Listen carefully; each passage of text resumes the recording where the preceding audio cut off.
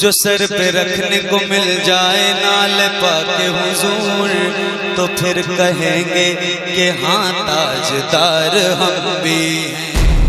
हमने देखा कि एक कर्नाटक का रहने वाला नाम शिहाब है, वो पैदल हज के लिए रवाना हुआ, पैदल हज के लिए रवाना हुआ।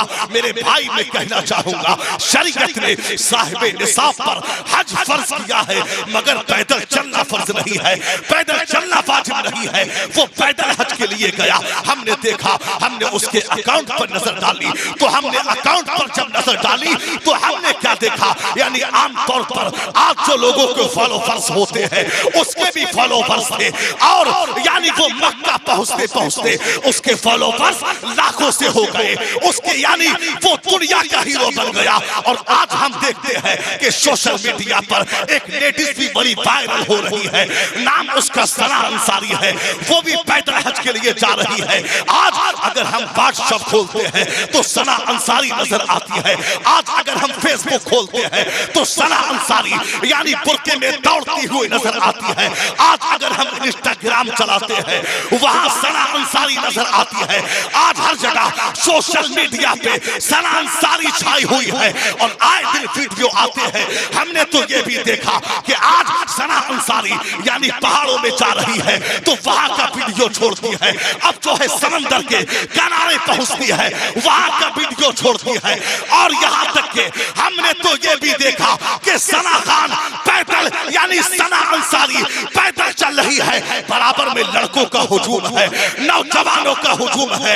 याद रखना, आज की मैस फैजाने ज़हूरी कॉन्फ्रेंस से पूरी दुनिया इंसानियत को और ख़वातीन इस्लाम को और उस सना अंसारी को ये कहना चाहूंगा, याद रखना पैदल हज करना जरूरी नहीं है, बल्कि इज्जत की हिफाजत जरूरी है। पैदल हज करना जरूरी नहीं है, फोटोग्राफी से बचना जरूरी है। पैदल हज करना जरूरी नहीं है, मर्दों से दूर रहना जरूरी है। पैदल हज करना जरूरी नहीं है, बेहयाई से बचना जरूरी है। याद रखना मुसलमानों, जो इस्लाम दुनिया की सबसे अच्छी जगह मसाजिद में औरतों को बाजमात मर्दों के साथ नमाज पढ़ने की इजाजत ना दे, वो इस्लाम पैदल हज करने की मर्दों के साथ चलने की इजाजत कैसे दे सकते? क्या बात है भाई, हक है। जिंदाबाद जिंदाबाद। मैं चाहूंगा कि बगैर किसी ताखीर के, बगैर किसी कीलो काल के, अल्फाज की बादे बहारी, जुमलों की बमबारी, लफ्जों की तहदारी और तिवालत सुखन की बीमारी से अपने आप को बचाते हुए मैं बड़े अदब और बड़े एहतराम के साथ में फकीर इस्लाम, मुबल्लिगे हक व सदाकत, नाशिरे मसलके आला हजरत खतीब अहले सुन्नत हजरत अल्लामा मौलाना मुफ्ती अमानुल हक साहब क़िबला, जिनका ताल्लुक दिल्ली से भी है, शहरे बरेली से भी है, वजीम हस्ती मेंबर शरीफ पे जलवा अफरोज है। बस यकीन है कि आप 10 मिनट इन्हें संभालिए, फिर ये आपको संभाल लेंगे। इसलिए मोहब्बत के साथ में दोनों हाथों को उठाकर इस्तकबाल, नारे तकबीर, नारे रिसालत, नारे हैदरी, फैज़ाने गौसे पाक, खाजा का हिंदुस्तान,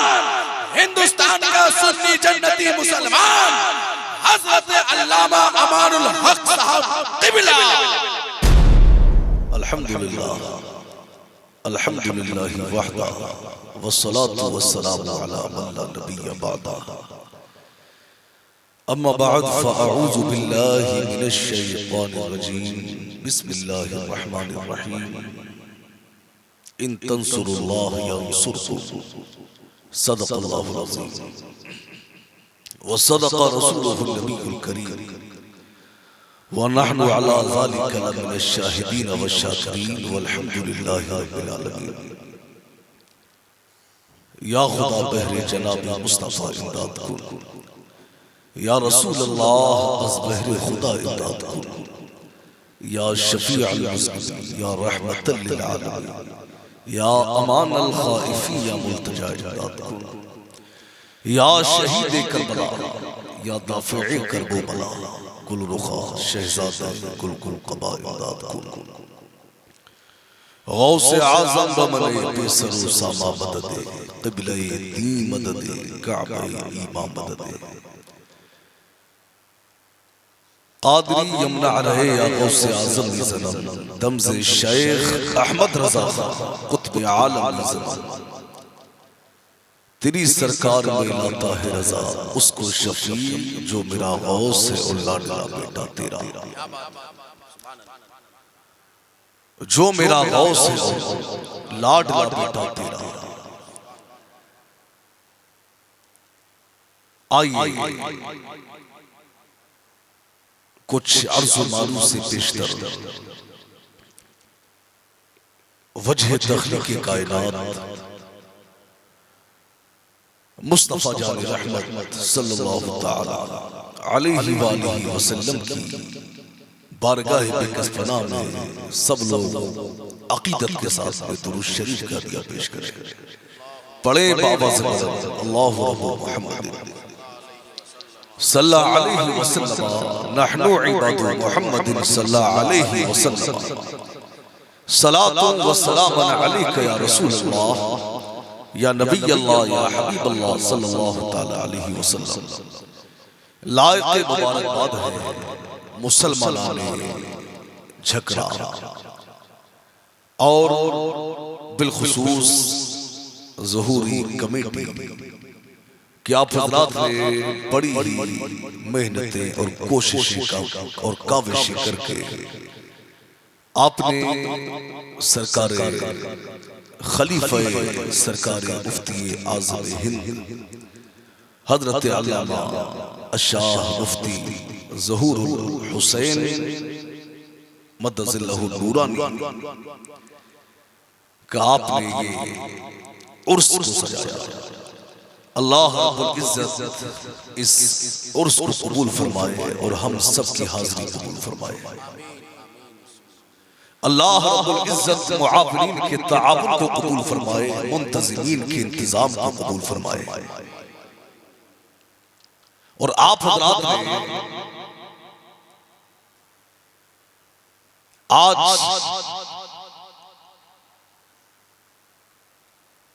सुल्तानुल हिंद अताए रसूल सरकार ख्वाजा गरीब नवाज अलैहि रहमा के विसाल को गालिबन 800 साल हो गए और आपने सदियों के बाद गरीब नवाज की याद में फैजान ज़हूरी कॉन्फ्रेंस को करा आपने ये बता दिया कि रहेगा यूं ही उनका चर्चा रहेगा, बड़े खाक हो जाओ जल जल जवाले। अल्लाह रब्बुल इज़्ज़त ने हमें बेशुमार नेमतें अता की। माइक मास्टर साहब बहुत अच्छा साउंड है माशाअल्लाह, बस इसका इको हल्का सा कम कर दें और आवाज को बस ऐसा ही रहे, बस हल्का सा इको कम कीजिए। बहुत अच्छा बोला है, हल्का सा इको कम करें, आवाज को फुल करें। अल्लाह रब्बुल इज़्ज़त ने हमें बेशुमार नेमतें अता की, बेशुमार नेमतें अता की। हम उसकी अता की हुई नेमतों का चाहे कि शुक्रिया अदा कर पाए मगर हम नहीं कर सकते। मगर तमाम नेमतों की आवाज को फुल कर दे भैया, इसकी कॉलम की आवाज दीजिए। हाँ, आवाज को फुल करिए, इको बस कम कीजिए, आवाज को दीजिए, आवाज को दे, आवाज को बढ़ाइए, आवाज बढ़ाइए, आवाज बढ़ाइए।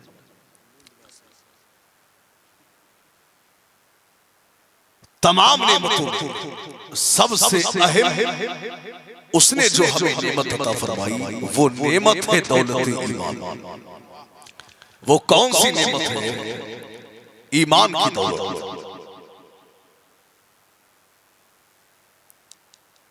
अल्लाह रब्बुल इज़्ज़त का एहसान अजीम है कि उसने हमें मजहब इस्लाम में पैदा किया, मुसलमान बनाया। और रूए जमीन पर अगर कोई सच्चा मजहब है तो वो मजहब इस्लाम है। अब हम हिंदुस्तान की तारीख पर नजर डालें हम हिंदुस्तान की तारीख को देखें तो कई मर्तबा इस्लाम पर इसी हिंदुस्तान में हमला हुआ, और हिंदुस्तान ही नहीं बल्कि हम पूरी दुनिया की नजर डालें तो हर जगह सच्चों के मुकाबले में झूठे आए, मगर अल्लाह ने इज्जत सच्चों को अता फरमाई और झूठों को जलील कर दिया। इज्जत अल्लाह ने सच्चों को अता फरमाई और झूठे अपने मकसद में नाकाम हो गए। अब जब इस हिंदुस्तान में इस्लाम पर हमला हुआ तो अल्लाह रब्बुल इज्जत ने गरीब नवाज को दीन का मुईन बना के हिंदुस्तान में भेजा। मेरे सरकार ने हुक्म दिया गरीब नवाज को वो हिंदुस्तान आए। अब वो कैसे आए, कैसे आए वो देखें। सरकार ख्वाजा गरीब नवाज ये मुरीद हैं ख्वाजा उस्मान हारूनी के। ख्वाजा उस्मान हारूनी के ये मुरीद हैं। बड़ी खिदमतें की, बड़ी उनकी कुर्बतें इख्तियार की, बड़ी जूतियां सीधी, और ख्वाजा उस्मान हारूनी ने भी बड़ा ही नवाजा, सब रोशन फरमा दिया, बड़ा नवाजा। अब जब मदीना शरीफ में आए तो सरकार ख्वाजा गरीब नवाज ये तरीक़त और तसव्वुफ़ की तालीम मुकम्मल करने की बुनियाद पर, पीरो मुर्शिद के मनाज़िर तय कराने की बुनियाद पर ये मस्जिद नबवी के मुदर्रिस हुए। मस्जिद नबवी के ये मुदर्रिस हुए।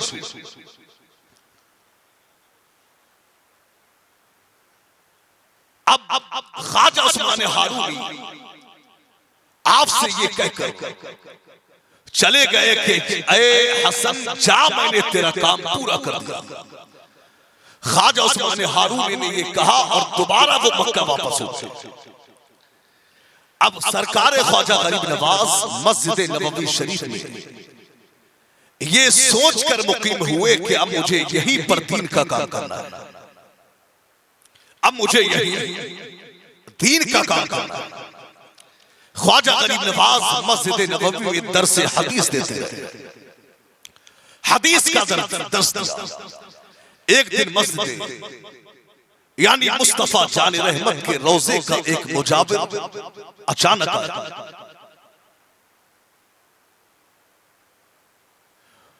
रोज़ाए रसूल का एक मुजाबिर अचानक आता है और उसने कहा कि मुईनुद्दीन कौन है, उसे मुस्तफा जान रहमत ने तलब किया है। आप तवज्जो मेरी तरफ दें।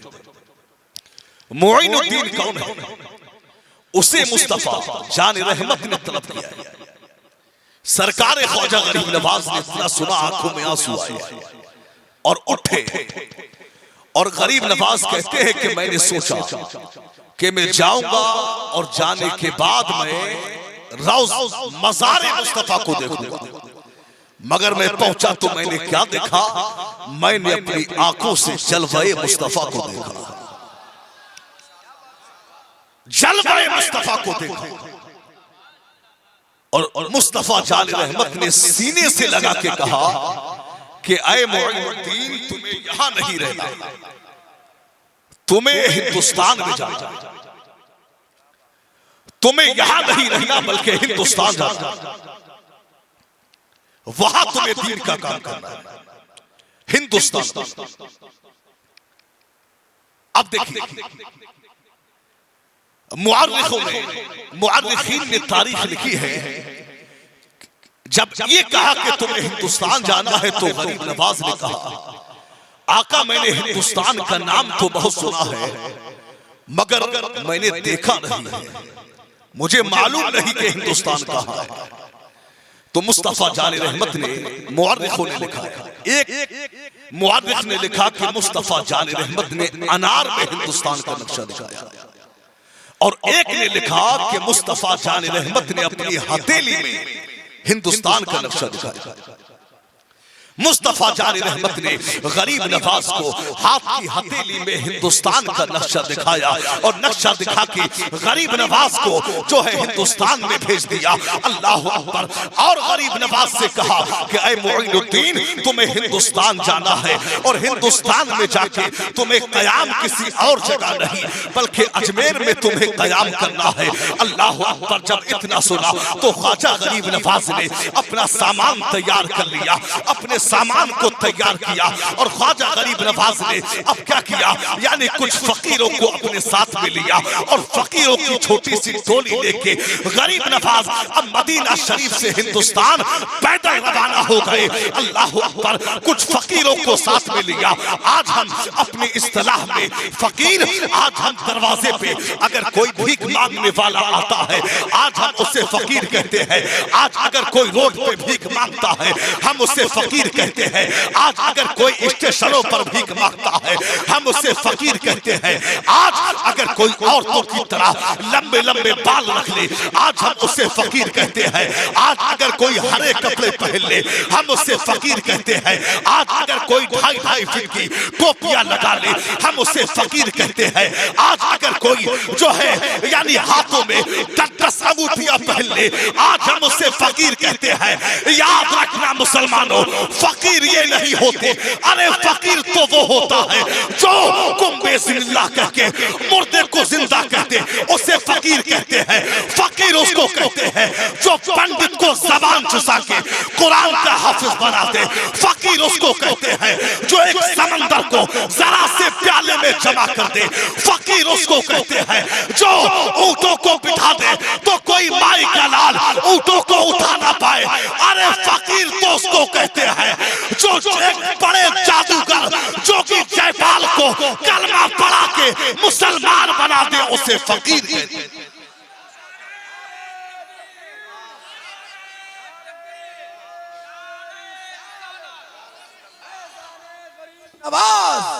फैज़ाने ज़ुहूरी कॉन्फ्रेंस हज़रत अल्लामा मुफ्ती अमानुल हक साहब क़िबला। आवाज ठीक कीजिए इसमें भाई, आवाज दीजिए और इसमें का एक को कम करके प्लेन आवाज भर पेट दीजिए। अब देखिए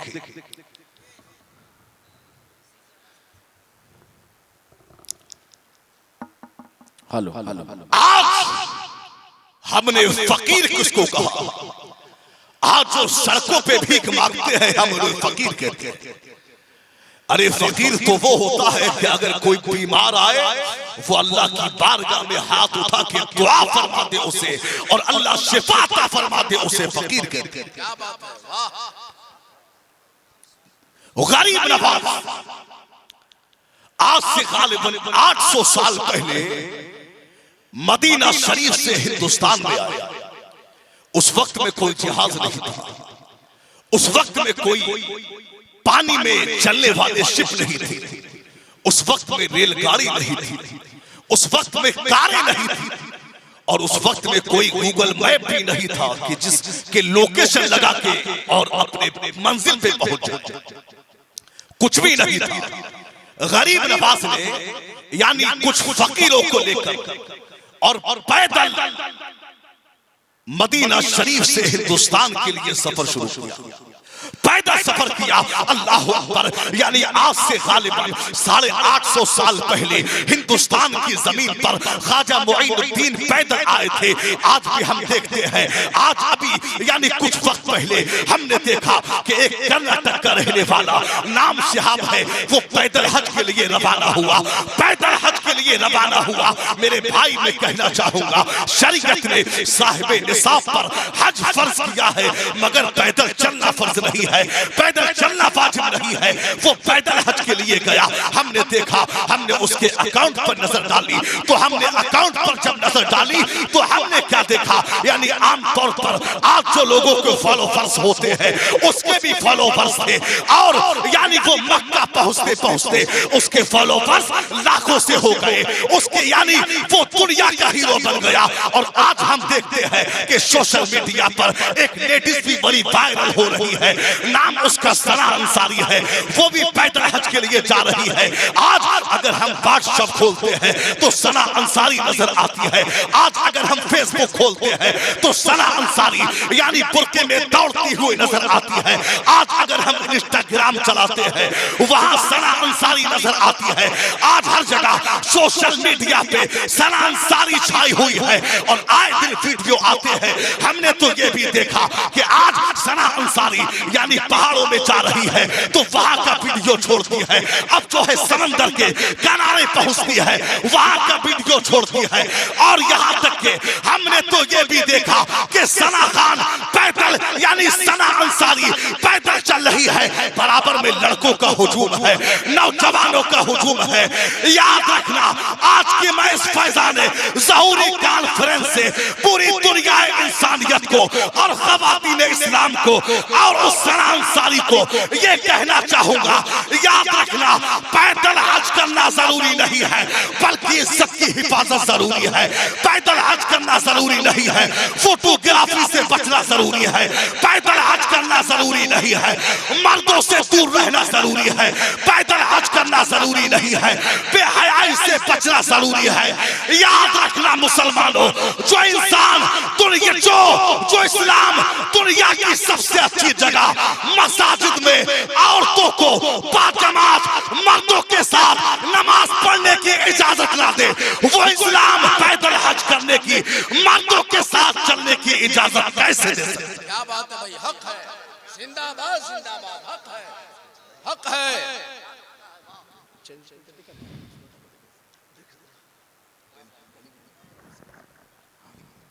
हेलो हेलो हेलो, आवाज खींच लीजिए, उसको आप ठीक कीजिए। बहुत ज्यादा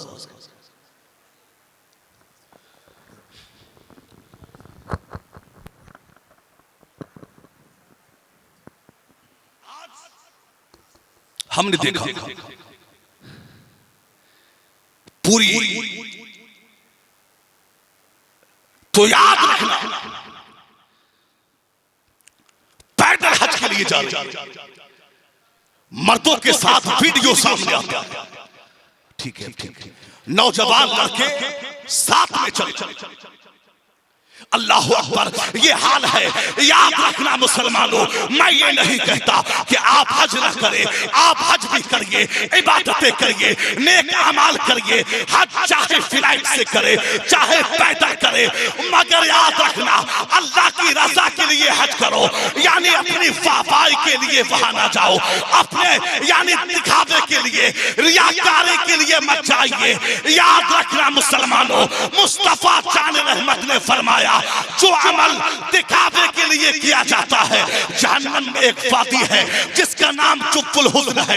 मेरे सरकार ने फरमाया ये वो वादी है जिससे जहन्नम भी पनाह मांगता है। मुस्तफा जान रहमत ने फरमाया कि जहन्नम की वादी जुब्बुल हुस्न में रियाकारों को डाला जाएगा। वो रियाकार यानी जिसने दिखावे के लिए अमल किया, अब चाहे वो नमाज पढ़ी हो, चाहे वो हज किया हो, चाहे वो रोजा रखा हो, चाहे वो ज़कात दी हो, याद रखना रियाकारी के लिए जो अमल करता है अल्लाह रब्बुल इज्जत फरमा, अल्लाह रब्बुल इज्जत उसे जहन्नम की वादी जुब्बुल हुस्न में डाल।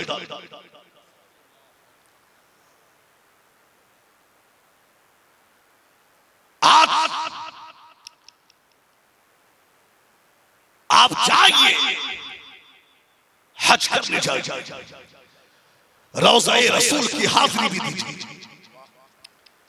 गुंबद-ए खज़रा का दीदार भी करिए और वहां से वापस आए।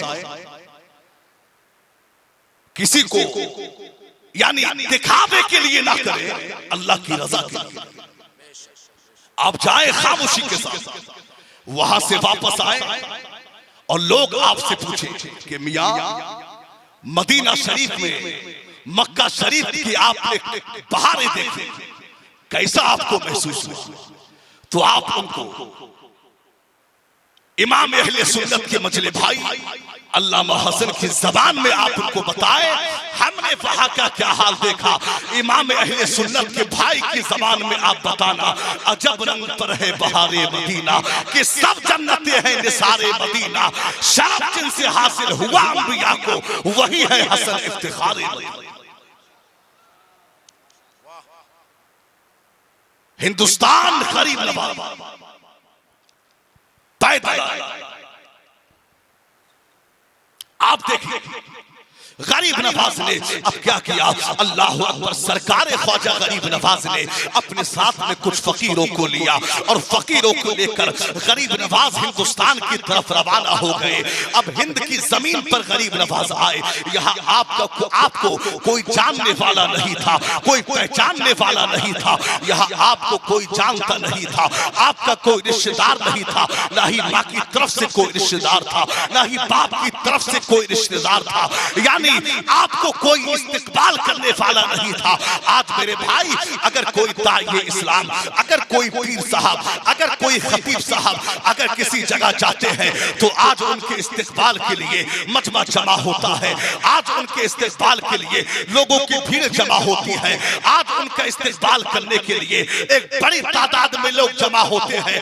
मगर याद रखना वो ख्वाजा गरीब नवाज 52 साल की उम्र में जब मदीना शरीफ से हिंदुस्तान में आता है कुछ फकीरों की टोली को लेके, तो उस वक्त में यहाँ कोई इस्तेकबाल करने वाला नहीं था। अल्लाह अकबर, वो ख्वाजा कि जिनकी पेशानी में मुस्तफा जान रहमत के नसब का नूर चमक रहा था, वो ख्वाजा गरीब नवाज के जिनकी आंखों में अनवारे तौहीद और रिसालत के चिराग जल रहे थे, वो ख्वाजा गरीब नवाज के जिनके सीने में इश्क रसूल का आफताब रोशन था, वो गरीब नवाज मदीना शरीफ से हिंदुस्तान आते हैं। वो गरीब नवाज के जिनके चेहरे में अल्लाह ने ऐसा जमाल रखा कि जो चेहरा देखता वो देखता रह जाता। मगर अहले अरब, अहले अजमेर की आंखों पर पर्दे पड़े हुए थे, उनकी अक्लों पे कैसे पर्दे पड़े हुए थे कि कोई गरीब नवाज को ये कहने वाला नहीं था कि आइए एक दिन हमारे घर में कयाम कर ले, आइए एक दिन हमारे घर में खाना खा ले, आइए कुछ लम्हे हमारे घर में गुजार ले। कोई ये कहने वाला नहीं था। अल्लाह अकबर, पर याद रखना मुसलमानों, आज से वो 1400 साल, आज से वो 800 साल पहले का दिन याद करो जब गरीब नवाज हिंदुस्तान में आए थे, और आज 800 साल बाद का जमाना देखो। कसम खुदा की, आज पूरी दुनिया में सबसे ज्यादा अगर किसी आस्थाने पर फूल चलता है तो कोई और आस्थाना नहीं बल्कि मेरे गरीब नवाज का वो आस्थाना। नारे तकबीर, नारे रिसालत, फैजाने गरीब नवाज, वाह वाह वाह, जिंदाबाद जिंदाबाद। वो गरीब नवाज का आस्थाना। क्या बात है, क्या बात है। आप देखिए आज अगर उर्स होता है तो हर खानका का पीर वो क्या करता है, वो पोस्टर छापता है, वो कैलेंडर छापता है और वो लोगों से अपील करता है कि उर्स में शिरकत करे, उर्स की तकरीब में आए। आज हर खानका का पीर ये करता है, मगर गरीब नवाज का उर्स वो है जिसका कोई पोस्टर शाये नहीं होता, जिसका कोई कैलेंडर नहीं छपता। जब रजब की पहली तारीख आती है, एक वो मुसलमान जो कलमा पढ़ना भी नहीं जानता वो अजमेर की तरफ रवाना होता है। उससे पूछा जाता है मियाँ कहाँ जा रहे हो, मियाँ कहाँ रवाना हो रहे हो। वो ये नहीं कहता कि मैं अजमेर जा रहा हूँ, वो ये कहता है कि गरीब नवाज ने बुलाया है, हिंद के राजा ने बुलाया है। वो ये कहता है इसलिए कि इरादे लाख बनते हैं और बन के टूट जाते हैं, वही अजमेर जाते हैं जिन्हें ख्वाजा बुलाया।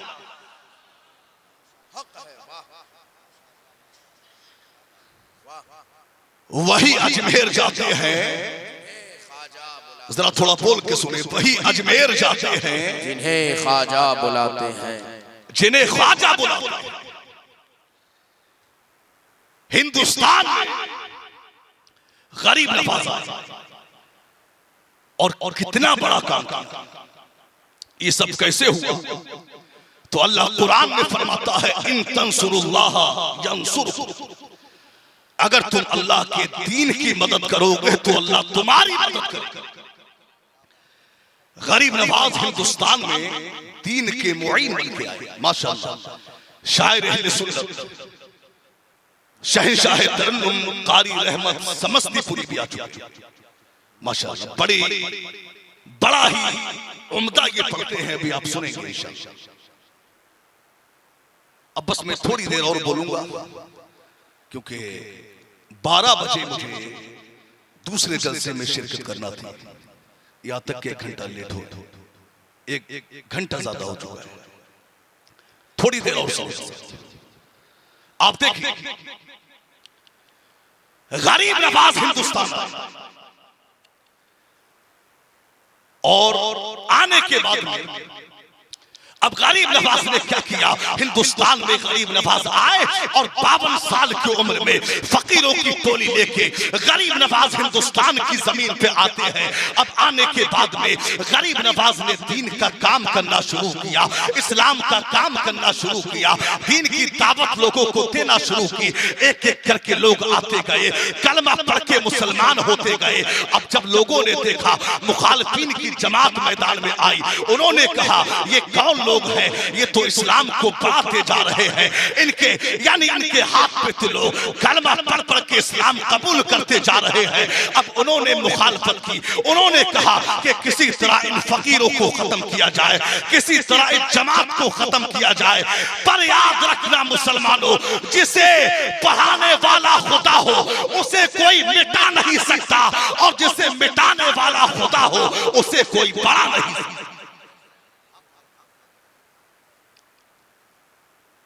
गरीब नवाज जब हिंदुस्तान में आए तो अब देखिए, पृथ्वीराज का दामाद, और यह भी कोई आम आदमी नहीं था बल्कि अपने वक्त का बादशाह था। पृथ्वीराज के दामाद के चमचों ने कहा कि किसी तरह इन फकीरों का खात्मा किया जाए।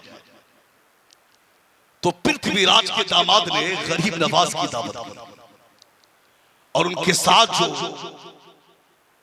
लोग आए थे उन सबको मदद किया, और उसने कहा कि हम चाहते हैं कि एक टाइम का खाना आप हमारे यहां खाएं।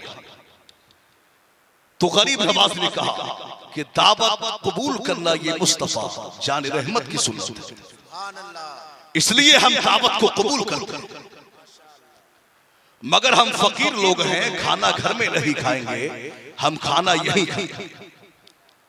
उसने कहा ठीक है, यानी अब जो उसका मिशन था, उसने बड़े अच्छे अच्छे पकवान किए, बड़े अच्छे अच्छे खाने तैयार किए, और उन खानों में उसने बड़ा ही खतरनाक जहर डाला, मिलाया, जहर हलाहल उसमें डाला, और ये सोचा कि अब वो फकीर इसे खाएंगे और खा के मर जाएंगे।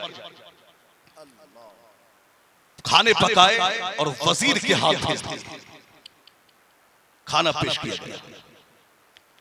गरीब नवाज के सामने खाना रखा, गरीब नवाज ने नजर डाली और अपने साथ वाले फकीरों से कहा कि इसमें तो जहर है। अल्लाह का वली लोहे महफूज को देखता है तो वो खाने को जहर, खाने में जहर को कैसे नहीं देख सकते।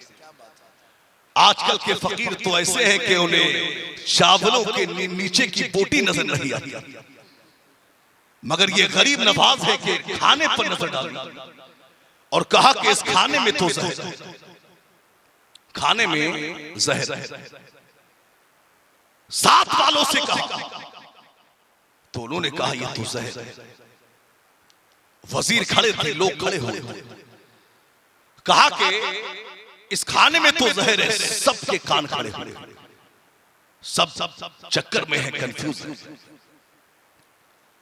कि आखिर ये कैसे पता लगा कि इसमें जहर है। गरीब नवाज ने कहा कि आपने खाने की दावत की थी, हम तुम्हारी दावत को कबूल हमने किया, मगर हमने खाने की दावत कबूल की थी, इस जहर की दावत कबूल नहीं की थी। अल्लाह अकबर। अब गरीब नवाज ने कहा अब एक काम करते हैं, हम खाने को खा लेते हैं और जहर को इससे अलग कर देते हैं। अब गरीब नवाज ने खाने से कहा कि ऐ जहर तू खाने से बाहर आ जा। अल्लाह अकबर। ये कहना था कि जहर खाने से बाहर एक रुमाल पे आकर गिरने लगा। सारा मजमा वहां खड़ा था।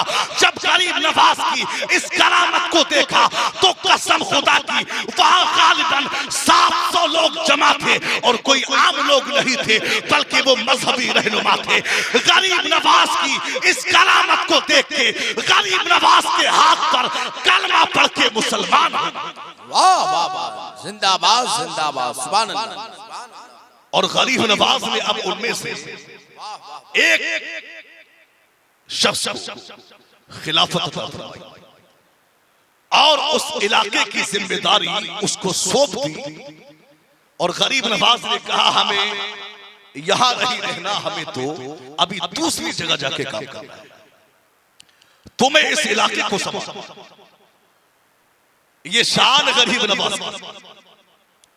सारे लोगों ने कलमा पढ़ा। तो इस्लाम ये लाठियों की बुनियाद पे नहीं फैला, इस्लाम ये हथियार की बुनियाद पे नहीं फैला, इस्लाम ये तलवारों की बुनियाद पर नहीं फैला, बल्कि इस्लाम ये मुस्तफा जान रहमत के किरदार से फैला।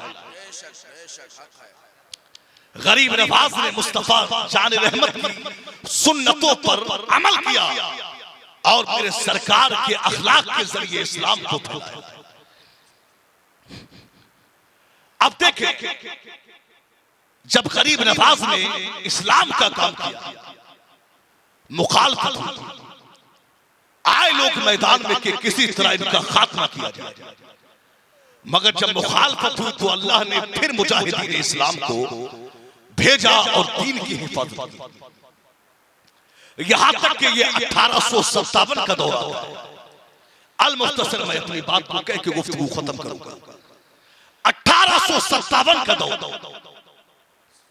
कि अंग्रेजों ने जहां हिंदुस्तान की जमीन पर कब्जा किया, वही अंग्रेजों ने बड़ी जमात की बुनियाद पर, पैसे की बुनियाद पर, हथियार की बुनियाद पर अंग्रेजों ने हिंदुस्तान की बहुत सी अवाम पर भी कब्जा किया।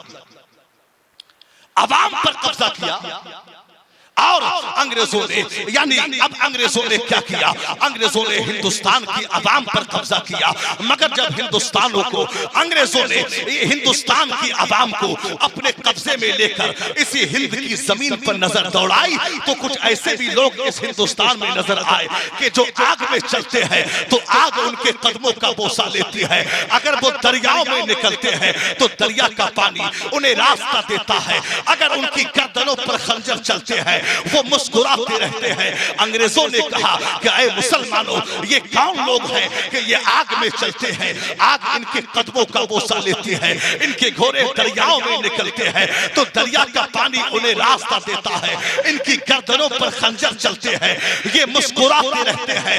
जब अंग्रेजों ने पूछा तो मुसलमानों ने कहा ये कोई आम लोग नहीं है, बल्कि इनके गलों में मुस्तफा जान रहमत की गुलामी का पट्टा दड़ा हुआ। अब अंग्रेजों के कान खड़े हुए। अंग्रेजों ने कहा कि यार एक काम किया जाए। माशाअल्लाह, नारे तकबीर, नारे रिसालत, उलमाए अहले सुन्नत, शायर अहले सुन्नत, हजरत गुलाम नूर मुजस्सम अन्नावी। माशाअल्लाह माशाअल्लाह माशाअल्लाह। पूरे हिंदुस्तान की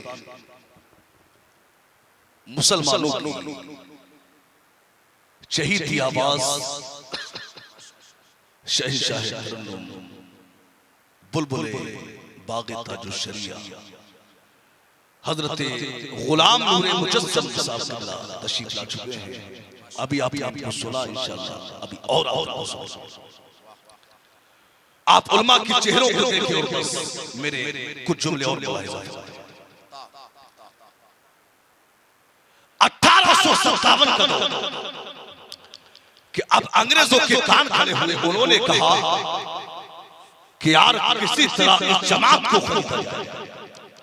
तो अब अंग्रेजों चारों तरफ से अपनी जमात निकाली। अब उन्होंने मुसलमानों को खरीदना चाहा।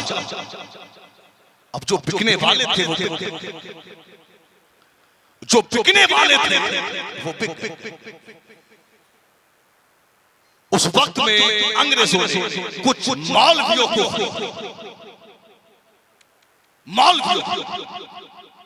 यानी देवबंदी और वहाबी उलमा को उन्होंने खरीदा और उनको अपने कब्जे में करके अंग्रेजों ने कहा कि अब हम अपने मकसद में कामयाब हैं। मगर एक जगह अब भी ऐसी है जहां हम नाकाम नजर आ रहे हैं। अंग्रेजों ने कहा कि एक जगह अब भी ऐसी है जहां हम नाकाम नजर आ रहे हैं। बोले कौन सी जगह? तो उन्होंने कहा आप ये औलिया अल्लाह के मज़ारात को देखिए। तन्हा वली मज़ार में लेटा हुआ है और मज़ार पे लाखों का मजमा जमा। किसी तरह इन भीड़ों को खत्म किया जाए, किसी तरह इन मजमों को खत्म किया जाए। अब अंग्रेजों ने कहा उन मौलवियों से, तो अब उन मौलवियों ने फतवे देना शुरू किए। उन्होंने कहा कि औलिया अल्लाह के मज़ार पर चादर चढ़ाना ये हराम है, यहाँ फातिहा पढ़ना ये हराम है, औलिया अल्लाह के मज़ार पर यानी फूल चढ़ाना ये हराम है। अल्लाह अकबर। यानी 1857 में उन मौलवियों ने फतवे दिए।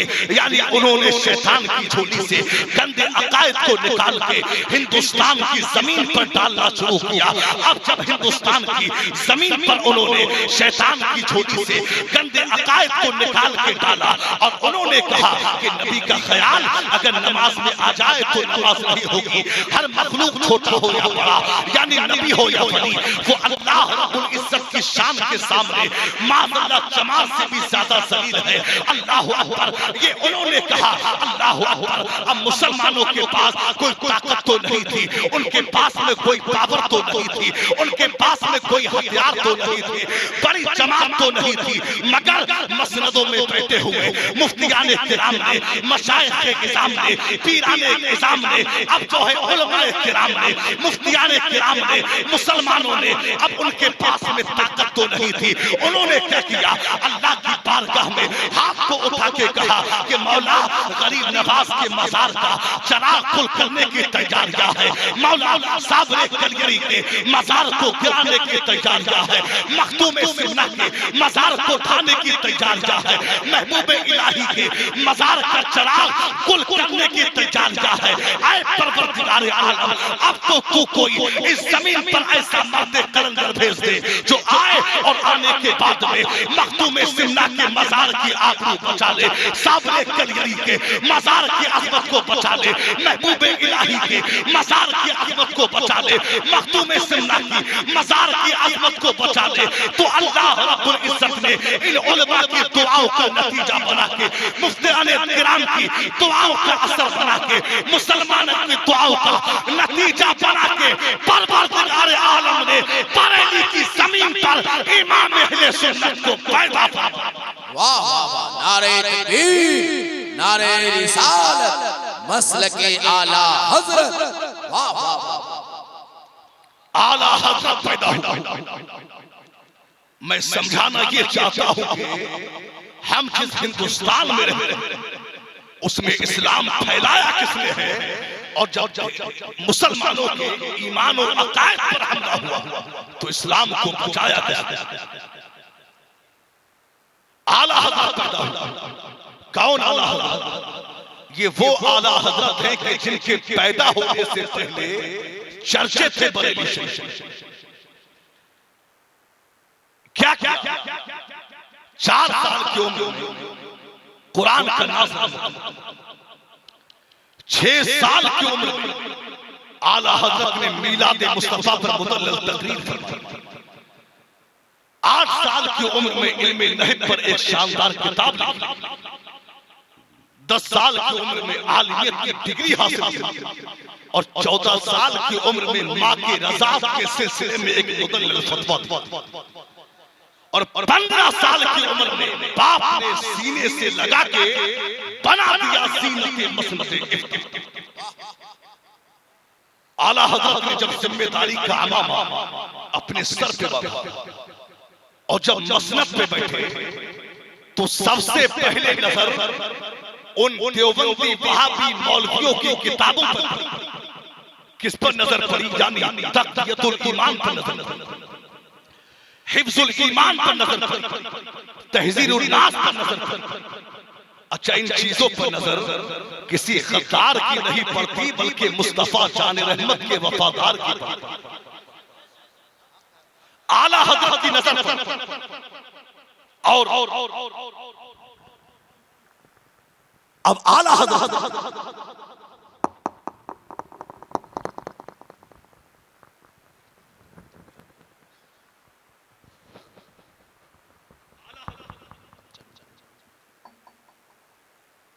यानी इन चीजों पर नजर किसी गद्दार की नहीं बल्कि मुस्तफा जान रहमत के वफादार की पड़ती। आला हज़रत ने कलम उठाया, हिफ्जुल ईमान का जवाब दिया, कलम उठाया, तहज़ीरुन नास का जवाब लिख दिया। तर्जुमा उस मौलवी ने भी किया था और उसने तर्जुमे में यानी मुस्तफा जान रहमत को उसने खताकार गुनहगार कहा था। उसने कहा था यानी उसने कुरान का तर्जुमा किया, इन्ना फतहना लका फतहम मुबीना लियगफिर लकल्लाहु मा तक़द्दमा मिन ज़ंबिका व मा तअख़्ख़र। ऐ महबूब, हमने आपको रोशन फतह अता फरमाई और आपके सदके आपकी अगली और पिछली खताओं को माफ फरमा दिया। अब जब कलम मेरे इमाम के हाथ में पहुंचा तो आयत वही है, सफा वही है, पारा वही है, बस कलम बदल गया। मेरे इमाम के हाथ में कलम बदला। अब क्या किया मेरे इमाम ने? कुरान का तर्जुमा किया, यानी आयत का तर्जुमा किया, इन्ना फतहना लका फतहम मुबीना लियगफिर लकल्लाहु मा तक़द्दमा मिन ज़ंबिका व मा तअख़्ख़र। ऐ महबूब, हमने आपको रोशन फतह अता फरमाई और आपके सदके आपके अगलों और पिछलों की खताओं को माफ फरमा। ये तर्जुमा मेरे आला हज़रत ने। अच्छा, आला हज़रत ने क्या कहा? आला हज़रत ने कहा कि मज़ार पर चादर भी चढ़ाई, फातिहा भी पढ़ी, जायज है, फूल भी चढ़ाइए, जायज है, सब काम करिए, हाजिरी भी दीजिए। मगर मेरे इमाम ने हाजिरी के आदाब भी बताए, हाजिरी का तरीका भी बताया। मेरे इमाम की खता कितनी थी? खता ये थी कि उन्होंने मुस्तफा जान रहमत के इश्क को लोगों के सीनों में बेदार किया, इश्क मुस्तफा को पैदा किया।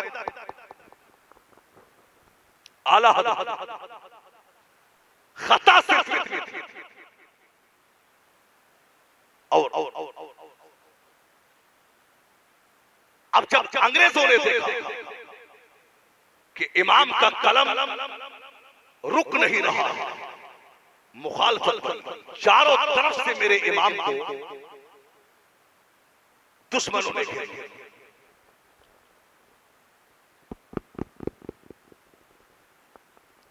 चारों तरफ से इमाम को दुश्मनों ने घेरा